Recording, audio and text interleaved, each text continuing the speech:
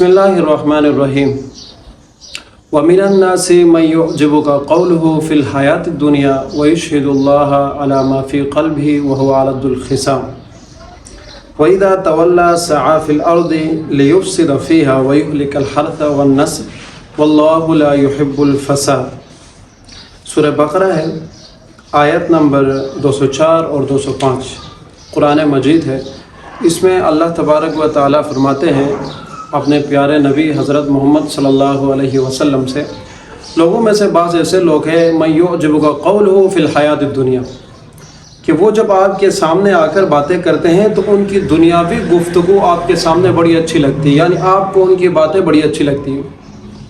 وَيُشْهِدُ اللَّهَ عَلَى مَا فِي قَلْبِهِ، اور وہ جو کچھ ان کے دل میں ہے حالانکہ آپ کے سامنے آ کر اللہ کو گواہ بنا کر کہتے ہیں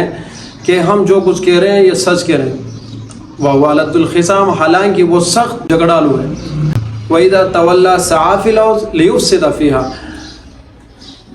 جب وہ آپ کے سامنے سے جاتے ہیں تو وہ کوشش کرتے ہیں کہ زمین میں فساد مچانے کی اور آپ کے جو ہے کھیتی اور نوجوانوں کو تباہ کرنے کی۔ وَاللَّهُ لَا يُحِبُّ الْفَسَادَ، اللہ فساد کرنے والوں کو پسند نہیں کرتا۔ اس آیت کریمہ سے ہمیں دو چیزیں سمجھ میں آتی ہیں۔ ایک تو یہ کہ آج کل کچھ لوگوں کے غلط عقائد کہ آپ صلی اللہ علیہ وسلم عالم الغیب جاننے والے ہیں، اس آیت سے نفی ہوتی ہے کہ آپ صلی اللہ علیہ وسلم کے سامنے کوئی شخص آ کر اپنے منافقت کو چھپاتے ہوئے حضور کے سامنے اچھی باتیں کرتا ہے، لیکن آپ صلی اللہ علیہ وسلم کو اس چیز کی آگاہی نہیں ہوتی، بلکہ انباء الغیب اللہ تبارک و تعالیٰ آپ صلی اللہ علیہ وسلم کو اس غیب سے آگاہ کرتے ہیں کہ اے پیارے نبی، آپ کو نہیں پتہ ہوتا، آپ کی مجلس میں کچھ ایسے لوگ بھی آتے ہیں، وہ دنیاوی طور پر ان کے مشورے، ان کی باتیں آپ کو بڑی اچھی لگتی، لیکن حقیقت میں وہ بڑے جھگڑالو ہوتے ہیں۔ یہ مفسرین نے لکھا ہے، تفسیر ابن کثیر اور دیگر تفسیر عثمانی، انہوں نے لکھا ہے کہ یہ اخنس بن شریک ایک منافق کے بارے میں ہے، لیکن وہاں نیچے عمومی جو ہے جتنے بھی مفسرین انہوں نے لکھا ہے کہ یہ تمام منافقین کے بارے میں یہ آیت ہے کہ اب مسلمانوں نے پہچاننا کیسے ہے کہ بھائی منافقین کیسے ہیں۔ یہاں پر صرف ما قبل والی جو آیت ہے وَمِنَ النَّاسِ مَن يُعْجِبُكَ میں تو یہی ہے کہ بھائی کوئی شخص اگر تمہارے پاس اگر اچھی باتیں کرتا ہے اور آپ سمجھتے ہیں کہ بھائی یہ تو پکا مسلمان ہے، لیکن اس کی پہچان کیسے ہوگی؟ پہچان ایسی ہوگی وَإِذَا تَوَلَّى، جب وہ آپ سے اڑ کے جائے تو آپ دیکھیں کہ بھائی وہ کام کیسے کر رہے ہیں۔ تو پاکستان کے میرے مسلمان بھائیوں کو بھی چاہیے کہ جو لوگ جن کو آپ چنتے ہیں، جن کو آپ اقتدار تک پہنچاتے ہیں، جن کو آپ ووٹ دیتے ہیں، جن کو آپ لیڈر مانتے ہیں، دیکھیں کہ بھائی آپ کا لیڈر صرف باتوں کو چھوڑیں، آپ کا لیڈر عملی اقدام کیا کر رہا ہے، عملی اقدام کیا کر رہا ہے۔ آج کل جو ہے فلسطین کا ایشو ہے، غزہ کی حمایت پہ بات ہو رہی ہے، تو کون سی پارٹی ہے، کون سے لوگ ہیں جو غزہ کے حق میں میدان عمل میں ہے؟ ٹھیک ہے، پاکستان کو صدیوں سے ایک عرصہ سے پاکستان کے اوپر مسلط جو پارٹیز ہیں، جس پہ نون لیگ ہے، پیپلز پارٹی ہے اور پی ٹی آئی سرا فہرست ہے، یہ وہ ہیں جن کو آزمایا بھی گیا، جن کی حکومتیں بھی آئی، لیکن آپ دیکھیں کہ بھائی اس مشکل گھڑی میں مسلمانوں کے ساتھ کون کھڑا ہے، اقتدار کن لوگوں کے پاس ہے، باوجود اس کے کہ غزہ میں تمام تر بلڈنگز کو، انسانوں کو، جانوروں کو نیست و نابود کر دیا گیا، لیکن خاموش ہے۔ آخر کون سی پارٹیاں ہیں، کون سے لوگ ہیں جو ان کے لیے آواز بلند کر رہی ہیں،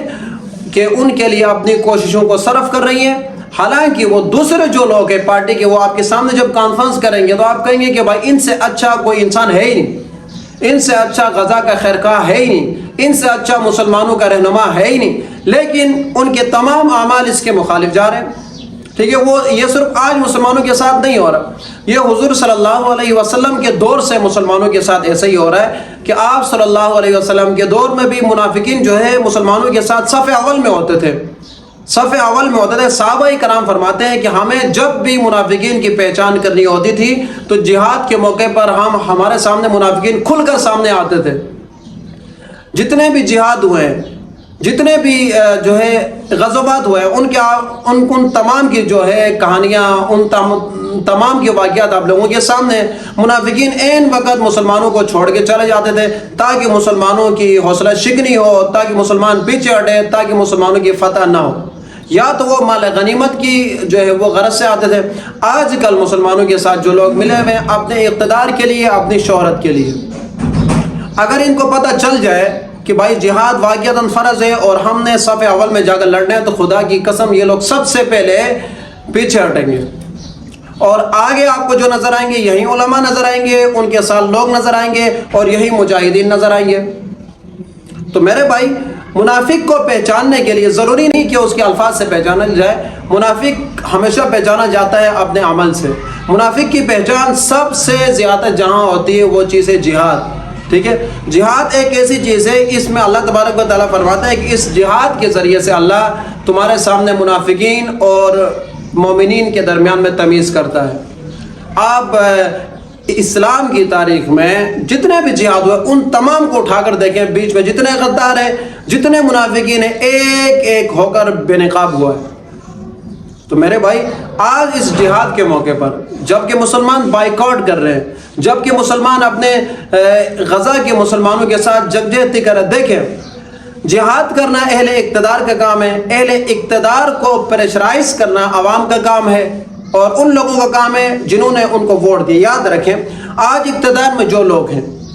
اگر وہ غزہ کے حق میں نہیں بول رہے، اگر وہ غزہ کے حق میں جدوجہد نہیں کر رہے، تو وہ تمام لوگ بھی اس میں مجرم ہیں جنہوں نے ان پارٹیز کو ووٹ دیا، جن کی وجہ سے یہ لوگ آج اقتدار میں ہیں، جن کی وجہ سے یہ لوگ آج ایم این اے سے، ایم پی اے سے، اور جن کی وجہ سے یہ آج پی ایم ہے، جن کے، اور ہر وہ انسان جو ان کو سپورٹ کر رہا ہے، غزہ کے اس جہاد کے مخالف میں وہ شخص کھڑا ہے۔ آج بھی آواز ہے، آج بھی وقت ہے، آج بھی آپ کے پاس طاقت ہے، پہچانے ایسے لوگوں کو، بے نقاب کریں ایسے لوگوں کو، اور اپنے درمیان سے ہٹائیں ایسے لوگوں کو کہ جب بھی مسلمانوں پر مشکل وقت آتا ہے تو یہ لوگ سائڈ پہ ہو جاتے ہیں۔ یہ اپنے اقتدار کے لیے، اپنی شہرت کے لیے، اپنے لیڈرز کے لیے تو سب کچھ کر سکتے ہیں، لیکن اسلام کے لیے کچھ نہیں کر سکتے۔ جب بات آئے گی اسلام کی تو وہیں کہیں گے کہ بھائی مولوی کریں اور شیخ الحدیث کریں، امام صاحب کریں، خطیب صاحب کریں۔ کیا تم لوگوں نے کلمہ نہیں پڑھا؟